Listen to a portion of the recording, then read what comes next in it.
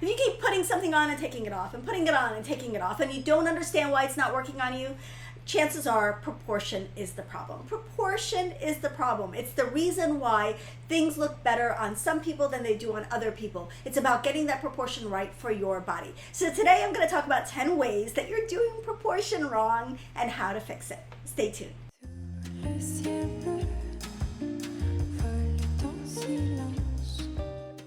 Hey, this is Netta. Welcome to my channel. My whole goal here is to help you build a wardrobe and a style that you love. So you look beautiful, you feel confident every single day. If this is your first time here, welcome. I'm so happy you're here. If you're a veteran, if you're a regular, welcome back. You know, I talk about this all the time and I share how important it is, how important I believe it is to build a wardrobe, because it is a box that you can check every single day that can get you on your way for the day in the most productive and the most positive and the most confident way. And I think that that's a game changer. But what if you've built a wardrobe and you have all the pieces and they're not coming together well for you? Like they don't look on you the way that you want them to look on you. What if you've checked all the boxes and you're putting the outfits together and you're finding that it's still falling flat and you're finding that it's still not flattering you and you don't know why you're doing what it seems like everyone else around you is doing and it's not working for you? I've got answers. It's one of the things that I work on with my clients and the members of my Ageless Style program. I do have a style program where I go through these principles with you and help you figure out the principles that are going to matter the most for you, for your specific body, so that you can look the best in your clothes. So that's my goal, is for you to look the best in your clothes, to make these small tweaks, to make these small adjustments that will bring out your assets in the best possible way and enable you to feel and look your best in your clothes. Because I know when you feel good in your clothes, you feel good about everything else, right? So the idea for all of this is for you to look your best in your clothes so that you can feel confident and you can get about your day and not have to think about your outfit again, right? There are going to be principles here that are going to be more important for some women than for other women. So what I want you to focus on is you don't need to become an expert in proportion, and you don't need to become an expert in flattery or in body type. You need to become your expert. You need to understand your own body well, and I'm here to help you do that. As a personal stylist, my job is to understand my client's body and what's going to serve them the best in their wardrobe, what's going to bring out the best in their body, what's going to amplify the things that they want to amplify and downplay the things that they want to downplay. But when you're just working on yourself, you only need to be an expert in yourself, right? You don't need to be an expert in all the people. So let's talk about what works for you. Let's talk about what will help you get your proportions right so that you can look and feel most confident in the things that you're wearing every day. So these are some flattery and proportion principles that nobody talks about, and things that you may not recognize are playing a role in why you like the way certain things look on you and why you don't like the way other things look on you. Okay, so first let me back up for a minute and talk about that famous proportional man that Leonardo da Vinci did. I always want to say Leonardo DiCaprio. Leonardo da Vinci did back in the day of the man with the 8 head lengths, right? And he talked about how a proportional man is 8 head lengths, and almost nobody is 8 head lengths. In the history of the fashion formula, I think that there have been 25 women, something like that, that have actually had that proportional of a body. It just doesn't generally exist in nature, and it doesn't really play a huge role in how beautiful you can be. I mean, all the celebrities that you're looking at, probably, almost none of them have the perfect proportions, but they're dressing for the proportions that they have. We can look beautiful regardless of where our proportions are. It really just comes down to playing to our specific proportions. So, okay. So for example, one of the things that he shows is that in that image is that there are 2 head lengths between the leg, torso, and the knee. That's almost never the case on anybody. Like almost nobody has exactly 2 head lengths from the leg torso point, which is where your leg bends at the hip, to your knee. Okay, so the first proportion thing I want to talk about is how can you make your arms look longer and slimmer? If you're interested in making your arms look longer and slimmer, there are a couple little strategies here that can really help you do that, and do that with just the things that you wear, right? Okay, so the first thing to ask yourself is your arm shorter from the shoulder to the elbow, or is it shorter from the elbow to the wrist? That's going to determine a lot. So one of the ways to see this is if you have if you have an average waistline, the majority of women, 65% of women, have about an average waistline. They don't have a very high waist or a very low waist. So if you've got an average waistline, does your elbow fall below your waist, where your waist bends, your waistline, or does your elbow fall above your waistline? That's going to let you know what part of your arm is shorter and what part is longer. So if the area of your arm from your shoulder to your elbow, if your elbow hits below your waistline, the top part of your arm is long. If the area from the shoulder to the elbow hits above your waistline, that part is short, right? So when you're looking at where your specific body is short and where your specific body is long, that's where you're going to decide where to put the detail.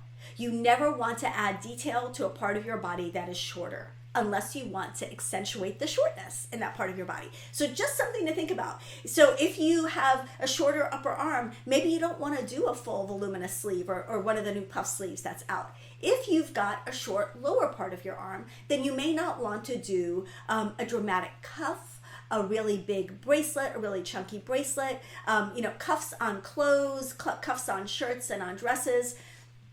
So this is kind of the proportion that we're talking about when it comes to your arm. You want to pay attention to where your arm is shorter and where your arm is longer. If your arm is proportional, shorter, in one area of your arm isn't longer or shorter than any other, that's my arm, then you can maybe have more fun with sleeves and have more fun with cuffs and bracelets. And it's not going to throw off the proportion of your arm. It's not going to make your arm appear shorter. It's not going to make it appear wider.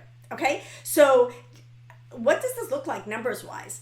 If you have a shorter lower part of your arm, you do not want to wear your bracelets or your cuffs any wider than 1/8 of that part of your arm. So for example, you measure from the elbow to the wrist, and your cuffs and your bracelets should be no wider than 1/8 of that measurement. So say you've got, I don't know, like a 9-inch measurement there. You don't want your cuffs or your bracelets to be wider than whatever 1/8 of that is, like one and something inch. So you don't want them to be wider than 1 inch, right? So that's going to give you an accessories look that is proportional to your arm. It's going to give you a cuff on a sleeve that is proportional to your arm, right? If you have a long arm and your elbow falls below your waist, as mine does, then you're going to find that wider cuffs and wider jewelry is going to be more flattering than it is if you've got a shorter arm. So again, don't put a lot of detail, don't put a lot of emphasis, don't draw a line where you're shorter. Instead, save those details, save that emphasis, save those lines to the parts of your body that are longer. Now, if the length between your elbow and your wrist is longer, then you want to go no more than 1/3 of that length in a cuff or a bracelet, right? Which is pretty easy to pull off. That would be a pretty wide cuff or a pretty wide bracelet. So if that lower part of your arm is longer, you can go wider with bracelets and cuffs. If the lower part of your arm is shorter, you want to go more delicate with bracelets and cuffs. So that's the first tip and the first tweak to making your arms appear longer and slimmer. The next question that plays into proportions and lengths is, can I wear a midi skirt? Now, midi skirts are very, very trendy, and a lot of women consider them flattering because a lot of women want to hide more of their legs. But whether a midi skirt looks good on you or not is really going to depend on the proportions of your body, specifically the proportions of your legs. So in general, however, the slimmer that you are, the more flattering you'll probably find a midi skirt. So even though you may feel, and I've said this in the past when we're talking about flattery, even though you may feel like more fabric is more flattering, that's not necessarily the case. So having a midi skirt on a fuller figure is not always going to be your best option. I'm going to get to what your best option is in a minute.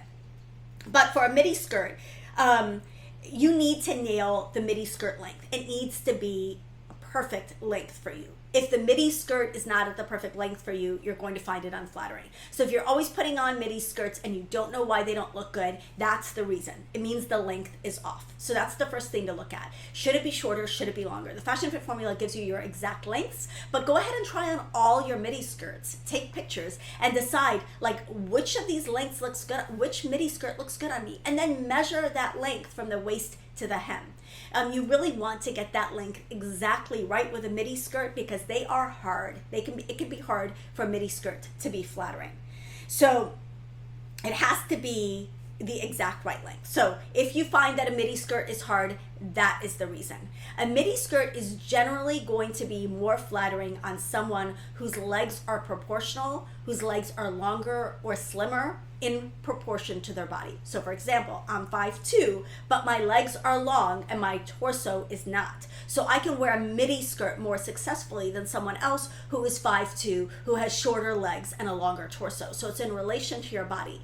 Another thing to think about is if your legs from the knee to the ankle are shorter than your legs from the leg torso point to the knee, then you're going to find midi skirts are a little bit harder to pull off. So in other words, if the lower part of your leg is shorter than the upper part of your leg, you may find that you have a harder time with midi skirts. Okay? So I know I'm throwing out a lot out there at you, but I get these questions all the time, and I want to talk about why some of the things that you might be trying might not be working for you. Midi skirt length is everything. Okay, what is the most flattering skirt length for every woman? Is there a universally flattering skirt length? Yes, there is. It is 1 inch below the middle of your knee. 1 inch below the middle of your knee is the most classic and the most flattering skirt length for any woman. So if you're finding that minis maybe feel a little off to you or midi skirts are not flattering for you, just take it to that length. It's never gonna go out of style. It's never going to be unflattering, no matter what your size, no matter what length your legs are, no matter what your proportions are. If you hit that length 1 inch below the middle of your knee that's a classic street length skirt, that is going to be your best length. It's going to be the most flattering on you vertically. It's also going to be the most flattering on you horizontally, like in terms of making you appear slimmer. So the vertical measurements have to do with how long you appear and then also a little bit how slim you appear. But then the horizontal measurements have to do with how wide or narrow your body appears. So if you want to look longer and leaner, you want to hit that skirt length at exactly the right point. So 1 inch below the middle of your knee is the perfect skirt length for every woman. If you're getting to an age where you feel like you don't love your legs as much, maybe you don't like the way that shorter skirts that go quite a bit above the knee look on you, consider this length. It's magical. It's magical. The next thing I want to talk about is sleeve lengths. What is the best sleeve length to make your arms appear longer and slimmer? What is the best sleeve length to make your arms appear longer and slimmer? I know a lot of women struggle with their upper arms as they get older, and so we want to flatter that part of our body. So the best sleeve length is one that is going to cut your arm at a narrow part of your arm. You do not want to intersect your arm at the widest part of your arm. You don't want to draw a line where you don't want someone to look. Again, we're going to go to these details. All of these proportional principles have to do with intersecting a line across your body, like creating a line across your body. If you're creating a line across your body where your body is wider or where it's shorter, you're going to emphasize the width and you're going to emphasize the shortness. So you always want to draw that line where your body is narrower and where it's longer. Okay, so it's the same with sleeve length. Another thing with sleeve length is you want to make sure that your sleeve does not intersect your bust at the fullest part of your bust. If you have a full bust. If you have a full bust and you want to downplay it, don't have a sleeve length that ends right at the fullest part of your bust, or you're going to amplify the bust. However, if you conversely, the opposite is also true. So if you have a very small bust and you want your bust to look a little bit bigger, you don't want to draw a line there either, because basically what you're doing is if you're drawing a line right at this spot, you're going to draw attention to your bust. So it's going to make it look either bigger, or it's going to play up the fact that maybe you don't have as much of a bust. So you want to go a little above or a little below it, unless you feel like you like your bust the way it is and it's proportional and you want to highlight it. Then that's what we'll do it. Okay? Next principle, next question. How do I make my upper arms look slimmer? How do I make my upper arms look slimmer? This is a little hack that I've shared in the past, but if you hem your sleeve lengths, which you should if they're not hitting you at the right spot. If you're going ahead and hemming some sleeve lengths anyway, because you found that they intersect your arm at the widest part, and now you know you want them at the narrowest part, then you should go ahead and make the sleeves on the outside higher than the sleeves on the inside.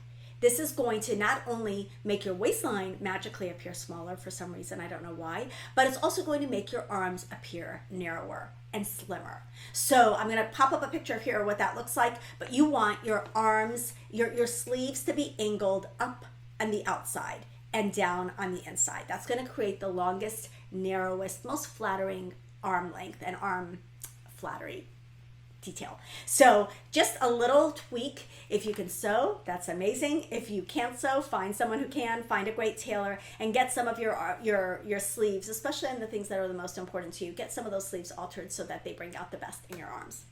Okay, the next question I get a lot is, why don't booties look good on me? Why don't booties look good on me? And how can I make booties look better on me? Again, this is a question of proportions. So there's a little bit to unpack here. So if your leg length from your knee to your ankle is shorter than your leg length from your knee to your leg torso or your hip, then you're going to have a harder time wearing booties. So if the lower part of your leg is shorter, you're going to have a harder time wearing booties. You might be tall, you might have long legs, but if that part of your body is shorter, you're going to find that booties are a little bit harder, especially the new booties that I've been talking about that come up higher on the leg. You're going to find that those are really hard to wear if that lower part of your leg is shorter. Now, what you can do then is to go for a much lower booty. You can go for a booty that's closer to your skin tone, or better yet, try a shoe style that doesn't break up the leg line there. You don't want an ankle strap. You don't want anything that's going to cut off the leg line because that part of your leg is shorter. So ideally, you want a straight line and an unbroken line from the knee to the toe. That's going to create the longest leg line. That's always going to create the longest leg line in anybody, but especially if your leg is shorter there, you're going to find that that makes a bigger difference. The next question is, why don't knee-length boots look good on me? Why don't knee-length boots look good on me? Okay, so someone asked about the booties, someone asked about the knee-length boots. We're going to talk about how knee-length boots worn with a shorter skirt can break up the leg in various places. Again, you're talking about proportion, right? So if your legs are shorter, then, and especially if your legs are shorter from the knee to the ankle, then you're going to find that knee-length boots look best when they're worn under the hem of a skirt, and so you've got that unbroken line. Again, we're talking about creating an unbroken line where you're shorter, and maybe having more fun and creating a more broken up line where you're longer. So for example, one of my better looks is wearing a skirt above the knee with a boot that comes below the knee. Why? Because my legs are actually proportional and my legs are relatively long for my short body. However, if your legs are shorter or you find that look hard to wear, recognize that it's because you're intersecting. You're creating two lines, one above the knee where the skirt ends and one below the knee where the top of the boots hit. So if you want a more flattering and a longer leg line with knee-high boots, wear a skirt that covers the top hem of the boot. The same is true, of course, the top of the boot. The same is true, of course, with booties. If you want to wear your booties in a flattering way and they come up a little higher on your ankle, then wear them with pants, right? So if you don't see the top of the boot, you're not creating a line there and it's not breaking up the leg line. The next question I get all the time is, how can I make my legs look longer? Or how can I make my legs look slimmer? So we're always talking about balancing your proportions relative to your body, right? So like I say, my legs are long in proportion to my body. They're not long compared to a tall person. So if your legs feel shorter or your legs feel heavier than you would like them to look and you want to know ways to tweak that, ask yourself, is your torso longer and your legs shorter? If so, you may feel that you want to keep the interest in your outfits and the interest in your accessories to the upper half of your body. So my rule again is, if you have more real estate there, if you have more room there, you can have more fun there. If you have less room there, you want to keep it quiet. So where you've got length is where you can put detail. Where you don't have length is where you need to keep it simple. So if your legs are shorter and your torso is longer, keep all the fun and interesting details, patterns, colors, jazz up the top part of your body. That will make the top part of your body appear a little bit shorter, make you appear more proportional overall, and then keep the bottom part of your body more subtle. Patterns, even a more subtle pattern on the lower half of your body can make your legs look shorter if you feel like they really are quite short. So keep the interest at the upper half of your body if you've got shorter legs. This is also true with things like a band on a skirt, like a band at the hem of a skirt. It's not currently trending right now, but if you see a band at the hem of the skirt, you want to make sure the top of the band and the bottom of the band hit you at exactly your exact right fashion fit formula points, because if the top of that band and the bottom of the band hit you in an awkward spot, your legs are going to be really short. But you really want, ideally, to not have that band at all. You want an unbroken line on the lower half of your body. Unbroken line. That means no booties that show, no knee-high boots that show, and a straight, solid column of color on the lower half of your body, and then keep the interest at the top. That's the easiest way. Is it the most fun necessarily? Not necessarily, but this is something you can play with and decide how important it is for your legs to look longer and slimmer. If it's important, that's a hack that can help you get that long, slim look. Okay, the next question I want to talk about is, what kind of patterns can I wear? What kind of patterns can I wear? Now, people talk about patterns and scale all the time. Florals especially can be tricky. I'm a petite person, so I'm always going to look better in smaller scale florals. But as a rule of thumb, you want to look at the palm of your hand. And no detail on your clothing should be bigger than the palm of your hand. So the central motif on a pattern, whether it's a floral or a dot or a check or whatever, should not be bigger than the palm of your hand. If it is, it's going to look out of proportion to the rest of your body, and it's going to look off. So again, these are tweaks that you can make if you try something and you feel like it looks off on you. If you're like, why is this not working? Try one of these techniques and see if they help. So the pattern should not be any bigger than the palm of your hand. Same with a detail like an earring or a button. Anything else should not be bigger than the palm of your hand. That's an easy way to see if a pattern is in proportion and scale to your body. Now you can go significantly smaller if you're petite, and you can go up to obviously the full size of the palm of your hand if you're tall, and you may want to play with that and see how that feels to you. But you definitely don't ever, no matter what your size, you don't ever want to go bigger than the palm of your hand when it comes to patterns. So patterns can be hard. I know a lot of very, very elegant women who choose to just wear solids.